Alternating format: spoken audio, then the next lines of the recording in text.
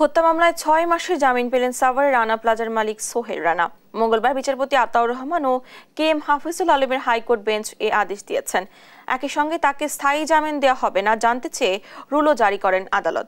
এর আগে রানাকে হাইকোর্ট জামিন দিলে এর বিপক্ষে আপিল করে রাষ্ট্রপক্ষ। ওই আবেদনের শুনানি নিয়ে ৬ মাসের মধ্যে বিচারিক আদালতকে মামলা নিষ্পত্তির নির্দেশ দেন আপিল বিভাগ। আপিল বিভাগের সেই নির্দেশনা বাস্তবায়ন না করায় ফের হাইকোর্টে জামিনের আবেদন করেন রানা। আবেদনের শুনানি শেষে ৬ মাসের জামিন দেন আদালত। ২০১৩ সালে সাভারে আলোচিত রানা প্লাজা ধসে মারা যায় ১,১৩৫ জন। ওই ঘটনায় রানাকে প্রধান আসামি করে হত্যা মামলা করে পুলিশ। মামলার এ পর্যন্ত ৯৩ জনের সাক্ষ্য গ্রহণ সম্পন্ন হয়েছে।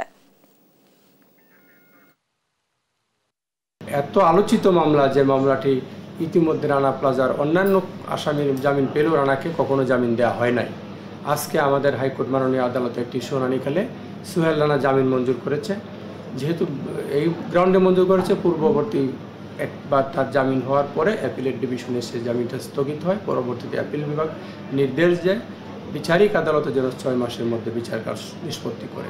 শুধুমাত্র এই গ্রাউন্ড বিবেচনা করে আদালত আজকে জামিন দিয়েছে।